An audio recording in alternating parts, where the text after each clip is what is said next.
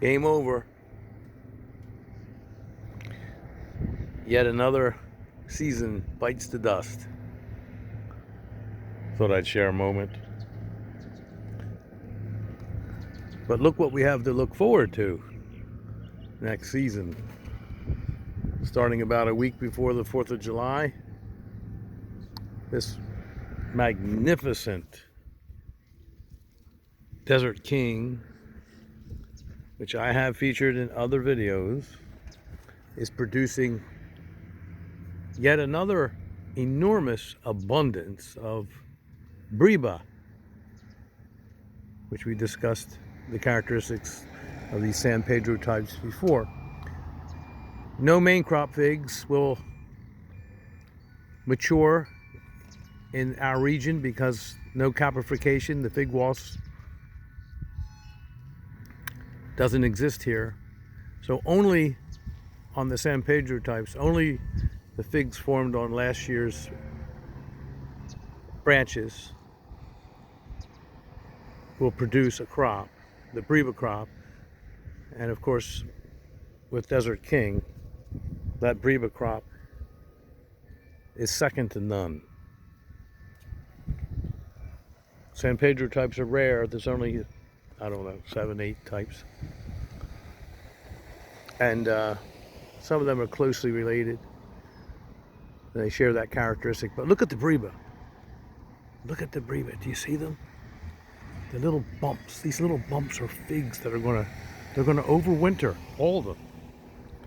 It's a very hardy tree. Very, very hardy. Anyone who has trouble ripening figs in their climate, the main crop figs, and have a lot of leftover figs that never mature, and yet you're a fig enthusiast and you just love figs, grow the San Pedro types, because the Breba, uncharacteristic to fig trees, the Breba are superb. They're superb. Usually the Breba, the first crop figs, aren't as good and don't have the quality or the taste of the main crop figs. But in this case, the Breba are excellent. They're superb.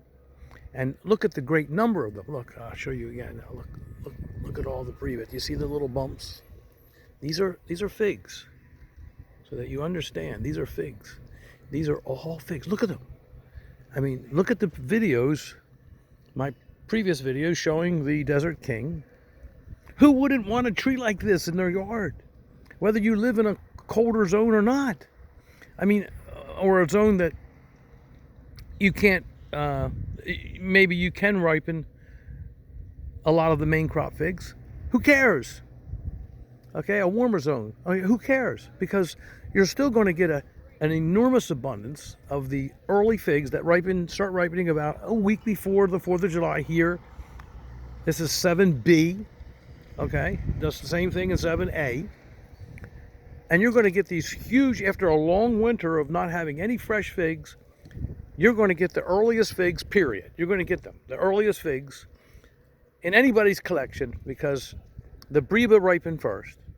And you're going to get an enormous number of delicious tasting figs, big, delicious, juicy figs, before the 4th of July. So do this. Okay, I've spoken on the subject countless times, and I'm going to keep ringing that bell, beating that drum. I'm going to never stop until I get my viewers out there, my subscribers, to plant a Desert King. And it's, in my opinion, I've tried some of the other fig trees of this nature, the San Pedro types, and I like this one the most. For what it's worth, my opinion, in my zone, in my experience, I like this one. There's one other, which I will talk to you about. Feliciano Bianco, which my uncle brought from Italy 70 years ago. And I have it in my collection. It's right over here. And I'm going to feature this fig next year in great detail, because it shares the qualities of Desert King, almost exactly, except oddly, very, very oddly, it does ripen some of its main crop figs, about 15%. And Desert King won't do that. So you get a little bit of a bonus, but trust me, I wouldn't try to deceive you. It's not a delicious main crop fig. It's fair to poor. Sometimes they're juicy and tasty. Any fig is better than no fig is my motto. Okay, but it has that characteristic, and it will ripen some of the main crop figs without caprification. Don't ask me why. I don't know. Most of what I know is that we don't know a lot about everything under the sun. Okay, but you can see this has Breba, and you can see the Breba, lots of them. It's also a very prolific San Pedro type. Look at that. See all this Breba there? Can you see them? I hope they're in focus. I can't tell. Lots of them. Look. And you're going to see those. I'm going to feature this tree in the spring, and we're going to, well, in the spring and around 4th of July, we're going to pick some of these together. I'm going to show you the comparison. I'm going to compare them with the Desert King. They're very, very, very close. I like to say Dessert King because going back as many years as I do, I remember when it was often referred to as Dessert King. And I think it got morphed over the years. Insignificant, doesn't matter. Right or wrong. I often call it that because it is a wonderful dessert to have on your table, and I don't know what it has to do with deserts whatsoever. Okay? It's not the king of the desert, but it might be the king of desserts as far as fig goes, and certainly the earliest ripening one. So now, the season's over.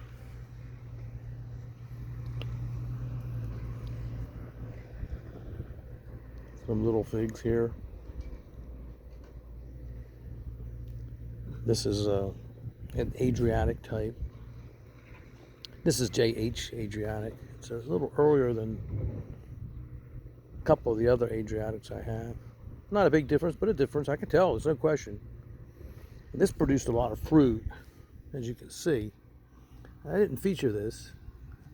I used to feature my other of this type fig, the Adriatics, and the Taglia Green I featured several times, and my uncle's, which I think is the best tasting of all of them, which he brought back from Italy. He called it the Filiciano fig. And in his village in the mountains where he came from, near Gran Sasso Mountain in the Valley of San Juan, it was a highly prized San Pedro type. Adriatic type. And so he brought it back with him, that and the other that I just mentioned, which is a San Pedro type. And I still have it in my collection. I preserved it all these years. Honestly, over 50 years. And I always will have it in my collection. Now I'm going to feature that tree. In fact, let me put you on pause and I'm going to show you what I have growing here. Just be patient and give me 1 minute, please. Here it is. Look at this. Good morning. Hey, I didn't know that you were even here. I just thought I'd come and feature Uncle Mario's tree, the Adriatic. Green on the outside, crimson red on the in. Wonderful, wonderful tree. This one's particularly vigorous, and it's not old. I haven't had it in a couple of years. I've got it growing in a sweet spot in the warmth here and the protection of the house, but I won't have any damage. It's a winter hardy fig variety. I won't have one that isn't, not in my region, not for growing in ground. And I don't like Adriatics in containers. Like I don't like Celeste in containers and so many other trees in containers. But some I do. I've talked about it before. But let's not stray off the subject. Adriatics are fantastic, but they tend to be late. And so, put them in a sweet spot if you're going to grow them in the ground. And I'm going to feature this one for you next year and go into great detail, because of all the Adriatics I've tried over the years, there's no question that this one is the tastiest. But it's also a little bit on the late side. So thus I am growing it in the ground in 7B, which I have an extended season here because of being surrounded by the salt water in the fall. The water retains its heat, and so we have an extended season, and it's warmer here than in 7A, and I've got it in a sweet spot, as I've already mentioned, and it's worth the extra effort because the quality of the figs are just so superb. And this odd tree, and it is odd, okay, although it is a Adriatic 100%, it does produce some Breba. Imagine that. You know, sometimes a good amount. I mean, it's stunning sometimes. Other times, not so much. Well, hey, what do you think of this today? Beautiful day, huh? Isn't it beautiful? It's gorgeous. Wow. I was just soaking up a little bit of sun. Yeah. Yes, I don't blame you. I'm going to join you if you don't mind. I'm going to have a cup of tea and join you. But I was just reflecting back and saying this is it. Game over. Oh, don't say that. But I guess we have to Well, realistic. I mean, let's face it, right? It won't be long. Yeah. October what? 10th? Something like 9th or 10th? Yeah. Won't be long. Thank you for your visit. I won't go on any further. There's some work being done over there on the marina. So if you heard the motors in the background, lots of long story. They're pulling out the old docks and they're going to remodel it. That's another subject altogether. But what a beautiful, beautiful, wonderful, marvelous, spectacular morning in my world today. And thank you for visiting it very much. You know I so enjoy your visits. Thank you. Thank you for your support, and thank you for your subscriptions and your views. I appreciate the feedback from so many of you and thoroughly enjoy our interface. With that,